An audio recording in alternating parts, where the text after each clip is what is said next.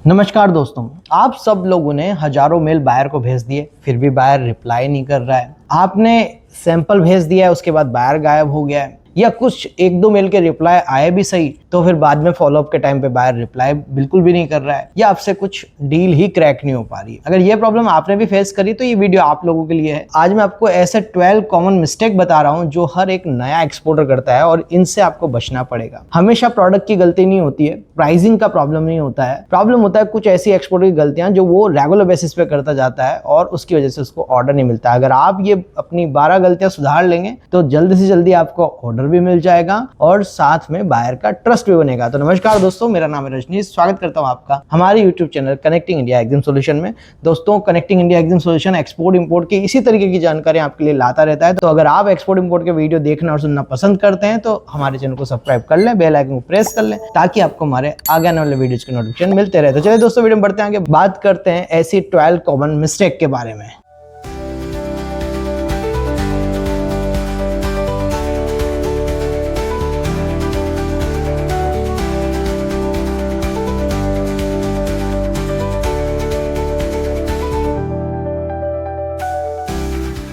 तो सबसे पहली गलती क्या है? सबसे पहली गलती होती है बिना बिजनेस प्रोफाइल क्रिएट करे आप बायर से कांटेक्ट कर रहे हैं। आपने अभी कोई वेबसाइट नहीं बनाई है, कोई डॉक्यूमेंट नहीं बनाया। हमारे पास भी ऐसे कई सारे क्लाइंट आते हैं जो हमसे जुड़ते हैं, सीखते हैं, उसके बाद वो डॉक्यूमेंट नहीं प्रोसेस कर रहे हैं, वेबसाइट प्रोसेस नहीं किया इवन, और वो ट्राई करने लग जाते हैं कि बायर रिप्लाई करता नहीं करता। बायर कैसे रिप्लाई करेगा जब तक वो आपको नेट पे सर्च कर रहा है, आपकी प्रोफाइल कहीं दिख ही नहीं रही है। तो आप जो है पूरा सोशल मीडिया अकाउंट क्रिएट करें प्रॉपर तरीके से, आप अपनी वेबसाइट बनाएं, आप अपनी प्रोफाइल को गूगल के ऊपर डालें ताकि बायर का ट्रस्ट बने कि हाँ, आपकी कंपनी एक जेन्युइन कंपनी है। अब जब भी आप किसी बायर से कॉन्टेक्ट कर रहे हैं वो आपको ढूंढ रहा है, आप उसको मिल ही नहीं रहे हो, तो यहाँ पे गूगल पे आपकी प्रोफाइल दिखनी चाहिए। तो ये कॉमन मिस्टेक मोस्टली नया एक्सपोर्टर करता है। वो चाहता है कि मैं वेबसाइट का पैसा खर्च ना करूं और सीधा सीधा बायर से कांटेक्ट कर लो, तो ये भी पॉसिबल नहीं है। दूसरी कॉमन मिस्टेक होती है प्रोफेशनल मेल आईडी से मेल ना करना। जैसे कई बार वेबसाइट बना ली जाती है पर आप मेल कर रहे हैं अपनी जीमेल आईडी से, तो यहाँ पे भी थोड़ा सा बायर का ट्रस्ट डगमगाता है। बोलता है यार ये तो कोई प्रोफेशनल मेल आईडी नहीं है, इनकी तो कंपनी के बारे में कोई खास पता नहीं चल पा रहा है और ये तो जीमेल आईडी से हमें मेल कर रहे हैं। तो आपको कोशिश क्या करनी है, आपको एक बिजनेस मेल आईडी, एक प्रोफेशनल मेल आईडी बनानी है। प्रोफेशनल मेल आईडी क्या होता है? जो आपकी कंपनी का डोमेन होता है, जो वेबसाइट में आप बनाएंगे तो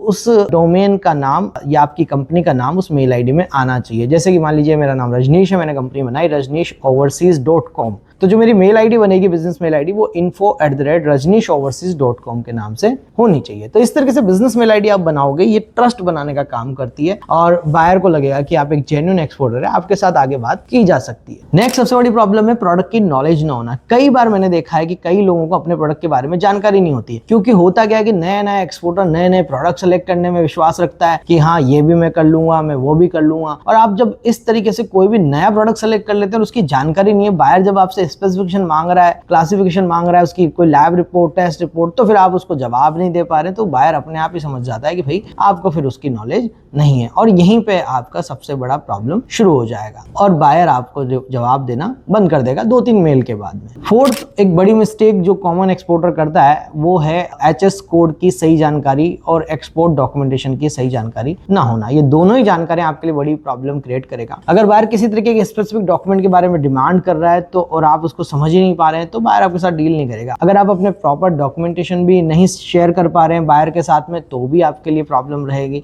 साथ में अगर आपको नहीं पता है कि आपका प्रोडक्ट किस राइट एचएस कोड के अंदर आप एक्सपोर्ट करेंगे तो उसी से ही बायर को वहां पे ड्यूटी में रिलैक्सेशन मिलेगा अगर उस कंट्री के साथ डील हो रही है जहां पे हमारा ट्रेड एग्रीमेंट है। तो अगर आप ऐसी कोई कंट्री से डील कर रहे हैं जहां पे हमारा ट्रेड एग्रीमेंट है और वो बायर कह रहा है कि आप किस एचएस कोड में इसको एक्सपोर्ट करोगे ताकि हम चेक करें कि हमारे यहाँ इस एचएस कोड पे ड्यूटी में रिलैक्सेशन मिलेगा या नहीं मिलेगा, और इसी वजह से आप फेल हो जाएंगे। अगर आपको पता ही नहीं, आप बोलोगे मुझे एचएस कोड नहीं पता क्या होता है, कहां से ढूंढूं। अगर आप ऐसे बोल दोगे बायर से, ऐसे बोलते ही आपका बायर आपको रिप्लाई करना बंद कर देगा, क्योंकि उसको पता है कि आप नए हो और आपसे जो है ये डील नहीं हो पाएगी या ये आपसे काम हो ही नहीं पाएगा। तो आपको ये समझना पड़ेगा अपने एचएस कोड के बारे में और एक्सपोर्ट के पूरे डॉक्यूमेंटेशन के बारे में। पांचवी जो सबसे बड़ी मिस्टेक हमारा कॉमन एक्सपोर्टर करता है वो है प्राइस जो है गलत कोट कर देना। गलत से मेरा मतलब है कि बहुत ज्यादा हायर साइड की प्राइस कोट कर देना। कई बार लोगों की एक्सपेक्टेशन एक्सपोर्ट से ऐसे होती है कि भैया मेरा 1 रुपए का प्रोडक्ट 1 लाख रुपए में बिकना चाहिए, तो ऐसी एक्सपेक्टेशन भी एक्सपोर्ट बिजनेस से रखना मतलब मेरे हिसाब से जायज नहीं है। आप लोगों को बेसिकली ये समझना पड़ेगा जो एक बेसिक जो हमें प्रॉफिट मार्जिन है अभी शुरुआत में वही रखना है। क्योंकि देखो प्रॉफिट मार्जिन को सेट करने के अलग अलग तरीके होते हैं। जरूरी नहीं कि जो कॉमन प्रोडक्ट आप भेज रहे हैं, जो एक बेसिक प्रोडक्ट जो बायर लेता है वो आप दे रहे हैं, तो उसमें शुरुआत में बहुत ज्यादा मार्जिन रखा जाए। 10, 20, 30, 40, 50% मार्जिन होता है। अच्छा हैंडीक्राफ्ट प्रोडक्ट है तो उसमें आप 50, 100% मार्जिन भी रख सकते हैं, उसमें कोई दिक्कत नहीं। पर अगर आप इनके अलावा कोई और प्रोडक्ट कर रहे हैं तो यहाँ पे मार्जिन सेलेक्ट करते समय आपको जो है बहुत ध्यान रखने की जरूरत है। आप कुछ बेसिक्स जो मार्जिन है, जैसे इंडिया में अगर उस प्रोडक्ट के ऊपर 20% मार्जिन है तो आप इसको 30-40% तक इंटरनेशनल मार्केट में कोट कर सकते हैं। अब आप अगर मार्जिन को 40% की जगह 100% करके कोट कर रहे हैं तो बायर आपको ऐसे ही रिप्लाई नहीं करेगा। उसको लगेगा कि आप बिल्कुल नए और आपको मार्केट की बिल्कुल भी नॉलेज नहीं। और सबसे बड़ी मिस्टेक यही होती है कि आदमी क्या करता है, अपने 1 रुपए के प्रोडक्ट को 1 लाख रुपए में बेचना चाहता है और यही सारा बायर आपको रिप्लाई करना बंद कर देता है। तो आपको ये पता होना चाहिए कि आपके प्रोडक्ट की क्या प्राइस आपको कोट करनी है। और जब आप एक प्रोडक्ट किसी बायर को सेल करना चालू कर देंगे तब हो सकता है वो किसी और प्रोडक्ट की डिमांड करे, किसी और स्पेसिफिकेशन या साइजेस, कलर, वेरिएशन, थिकनेस, अलग अलग चीजों की डिमांड करे, तब आप अपनी कमाई यहाँ से स्टार्ट कर सकते हैं। क्योंकि जब बायर किसी अदर स्पेसिफिकेशन में जाएगा, अदर टाइप की डिमांड करेगा, तो आप अपने मार्जिन को 40 से बढ़ा के 50-60% बहुत इजीली कर पाते हैं, जैसा कि मैं करता हूँ सैंडस्टोन के एक्सपोर्ट बिजनेस के अंदर। तो यहाँ पे आपको समझना पड़ेगा कि प्रॉफिट मार्जिन किस तरीके से बनाना पड़ेगा और किस तरीके से हमें रखना पड़ेगा। सभी प्रोडक्ट में एक जैसे प्रॉफिट मार्जिन नहीं होते हैं। Profit margin country to country, buyer to buyer vary कर सकता है। छठी जो बड़ी गलती आप करते हैं कि बायर की रिक्वायरमेंट को आपने समझा ही नहीं और कोटेशन प्रोवाइड करा दिया, बहुत जल्दबाजी कर दी आपने। तो यहाँ पे भी आपको संभल के ध्यान रख के आपको कोटेशन बना के देना है। पहले बायर की रिक्वायरमेंट को समझो, उसको 1 कंटेनर चाहिए या उसको 200 किलो ही चाहिए या उसको 28 टन चाहिए। अब मान लीजिए कि बायर को तो कोटेशन चाहिए सिर्फ 2 टन का। अब आपने तो बायर से बिना पूछे क्वांटिटी को और आपने 28 टन का कोट कर दिया, तो आपकी प्राइस लो चली गई। अब जब ऑर्डर का नंबर आता है, बायर कहता है मुझे 2 टन भेज दो, फिर आप बोलोगे अरे 2 टन में ये कॉस्टिंग कैसे लगेगी, 2 टन में तो कॉस्टिंग ज्यादा बढ़ेगी। तो फिर यहाँ कॉन्फ्लिक्ट क्रिएट हो जाएगा। फिर बायर बोलेगा यार तुम्हें कुछ पता ही नहीं, तुमने पहले पूछा ही नहीं, मुझे तो 2 टन चाहिए। तो आप पहले पूछ कर ही बायर को कोट करें। साथ ही जो सबसे बड़ी मिस्टेक होती है, कई बार लोग मेल तो कर दिया एक दिन में 1000 और उसको फिर 10 दिन तक चेक ही नहीं कर रहे हैं कि भाई आज किसी का रिप्लाई आया है या नहीं आया। तो रेगुलर बेसिस पे बायर को रिप्लाई को चेक करो और बायर को टाइमली रिप्लाई भी करो। क्योंकि अगर आपको मेल आया है और आप 10 दिन बाद उस मेल को चेक कर रहे हैं और 10 दिन बाद रिप्लाई कर रहे हैं, तो एक बड़ी मिस्टेक निकल के सामने आएगी और बायर आपको बिल्कुल भी रिप्लाई नहीं करेगा और ट्रस्ट भी नहीं करेगा आपके ऊपर। आठवीं एक और बड़ी मिस्टेक, एक जैसे कि बायर कोई फोटो मांगता है प्रोडक्ट का,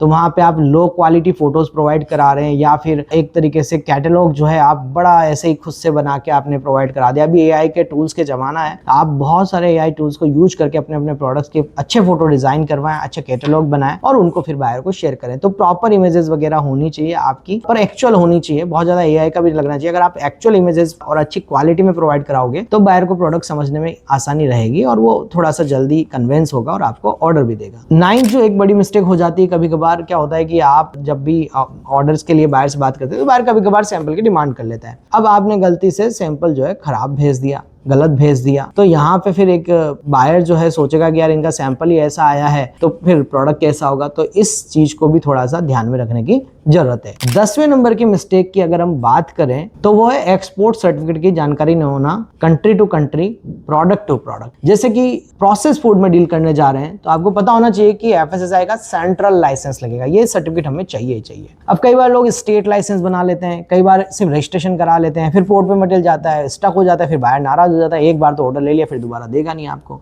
तो आपको पता होना चाहिए मेरे प्रोडक्ट के लिए कौन सी सर्टिफिकेशन की जरूरत है। दूसरी बात है कि बाहर की कंट्री का भी कुछ आइडिया होना चाहिए। कई कबार जैसे आप इजिप्ट जैसी कंट्री में डील कर रहे हैं तो वहां पे किस टाइप के डॉक्यूमेंट लगेंगे। आप चावल एक्सपोर्ट कर रहे हैं तो आरसीएसी लगेगा, हेल्थ सर्टिफिकेट लगेगा। तो इन सब चीजों के बारे में पता होना चाहिए कि कुछ और जो कॉमन डॉक्यूमेंट है वो क्या क्या लगने वाले हैं, तो ही आप अच्छे से काम कर पाएंगे। आप एक्सपोर्ट कर रहे हैं, आपको आरसीएमसी के बारे में नहीं पता, ये सर्टिफिकेट आपने लिया नहीं और एक्सपोर्ट कर दिया, तो यहाँ पे भी आपको एक बड़ी प्रॉब्लम जो है फेस करनी पड़ेगी। 11 नंबर की जो कॉमन मिस्टेक है वो है सही पेमेंट टर्म्स की जानकारी नहीं होना और डिलीवरी टर्म्स की डिटेल्स बायर को नहीं प्रोवाइड कराना, या उसकी जो टाइमलाइन होनी चाहिए उसको प्रॉपर आप बायर को नहीं प्रोवाइड करा पाते हैं। कई बार नया नया जो एक्सपोर्ट होता है उसको पता ही नहीं होता है। बायर पूछता है भाई कितने टाइम में डिलीवरी कर दोगे, तो आपको पता ही नहीं कि मैं 10 दिन में कर दूंगा, 15 दिन में कर दूंगा। अगर आपने 5 दिन बोला और वहां 20 दिन लग गए तो भी बायर आपसे नाराज होने वाला है। तो यहाँ पे आप इन चीजों को समझें, डिलीवरी कब देनी है, कितने टाइम में देनी है, आपका मटेरियल कितने दिन बन जाएगा। कई ज्यादातर नए नए एक्सपोर्टर क्या करते हैं, ऑर्डर लेने के चक्कर में बाहर से झूठ बोल देते हैं कि भैया मैं 5 दिन में बना के आपको मटेरियल दे दूंगा, यहाँ ऑर्डर तैयार होने में 50 दिन लग गए, फिर ये बाहर जाना ही जाना है आपका। तो और साथ में आपको पेमेंट टर्म्स के बारे में और नहीं पता, बायर कह रहा है कि मैं आपको एलसी पे पेमेंट दे दूंगा, आप कह रहे हो कि नहीं मैं तो एडवांस लूंगा, या फिर बायर कह रहा है कि भाई एलसी में भी मैं ये वाली अलग अलग टाइप की जो एलसी वो एलसी दूंगा। तो यहाँ पे आप कंफ्यूज हो रहे हैं कि यार ये एलसी कौन सी होती है, और आप उसको बोल रहे हो इस पे तो काम ही नहीं कर सकते हैं। तो आपको जानकारी होनी चाहिए कि पेमेंट कब लेना है, एडवांस कब लेना है, उसके बाद बाकी पेमेंट कब लेना होता है, कौन कौन सी स्टेज पे लेना होता है, पेमेंट की सिक्योरिटीज कैसे रखनी है, डीपीडीए पे कैसे काम करना है। तो ये पेमेंट की सिक्योरिटीज वगैरह भी आपको पता होना चाहिए, पेमेंट कैसे लेना है ये भी आपको जानकारी होनी चाहिए। और एक सबसे बड़ी मिस्टेक कई बार लोग जो करते हैं वो है नए नए बायर से कांटेक्ट करते जाना और रेगुलर फॉलोअप्स नहीं रख पाना। मतलब पुराने बायर का फॉलोअप तो आप ले नहीं रहे हैं और नए नए बायर से कांटेक्ट करते जाते हैं, और कई बार अगर आप फॉलोअप्स भी ले रहे हैं तो इतने ज्यादा फॉलोअप कर लेते हैं जिससे बायर परेशान भी हो जाता है और आपको ब्लॉक कर देता है। तो आपको ये दोनों चीजों के बारे में ध्यान रखना है कि फॉलोअप्स आपको रेगुलर बेसिस पे करना है, और अगर आपने किसी बायर को मेल कर दिया है तो 7 से 10 दिन बाद ही फॉलोअप मैसेज डालना चाहिए। बहुत फ्रिक्वेंट हर 2 दिन में 3 दिन में हजार मेल किसी को भेजना नहीं है। तो ये सब चीजें आपको ध्यान में रखनी है, और कभी भी बायर को बीसीसी में रख के मेल मत करना। हमेशा मेल आपको 2 में करना है, सेपरेट मेल करने। कई बार हमारे पास लिस्ट आ जाती है और उस लिस्ट के अकॉर्डिंगली हम लोग करते हैं क्या है कि एक साथ उस लिस्ट का नंबर मेल आईडी निकाला और उसको हमने बीसीसी में डाल दिया सबको एक साथ, और सबको एक साथ मेल कर दिया। ये एक तरीके से स्पैम प्रैक्टिस है जो बायर समझता है, हम भी समझते हैं, और ये एक गलत तरीका है किसी को मेल करने का। तो आप हमेशा 2 में रख के ही बायर को मेल करें। तो थैंक यू वेरी मच दोस्तों, आपने इस वीडियो को कंप्लीटली देखा। आई होप आपकी जो जानकारी है इस वीडियो को देखने के बाद बड़ी होगी, और अगर आप ऐसे ही वीडियो देखना और सुनना पसंद करते हैं तो आप हमारे चैनल को सब्सक्राइब करें, और जो नया एक्सपोर्टर है उसको जल्दी से जल्दी ये वीडियो शेयर कर दो ताकि वो गलती ना करे और अपना एक्सपोर्ट जल्दी से जल्दी कर ले। अगर आपको समझना है कि एक्सपोर्ट किया कैसे जाता है तो हमारे ये स्क्रीन पे नंबर पे व्हाट्सअप करें एक्सपोर्ट, और हम आपको एक पीडीएफ भेजेंगे जिससे आपको आइडिया लगेगा कि किस तरीके से एक्सपोर्ट किया जाता है। और साथ में अगर आप ज्वाइन करना चाहते हैं हमारा 7 डेज ऑनलाइन ट्रेनिंग प्रोग्राम, घर पे बैठे सीखोगे, मैं आपको सिखाऊंगा, मैं कैसे एक्सपोर्ट कर रहा हूं वो दिखाऊंगा, मेरे क्लाइंट ने कैसे एक्सपोर्ट किए हैं वो सब आपको जानकारी इसके माध्यम से मैं प्रोवाइड करा दूंगा। आप हमें फॉलो कर सकते हैं सोशल मीडिया पे, जिसके लिंक डिस्क्रिप्शन में आपको मिल जाएंगे। तो मिलते हैं हमारे नेक्स्ट वीडियो में। Thank you very much.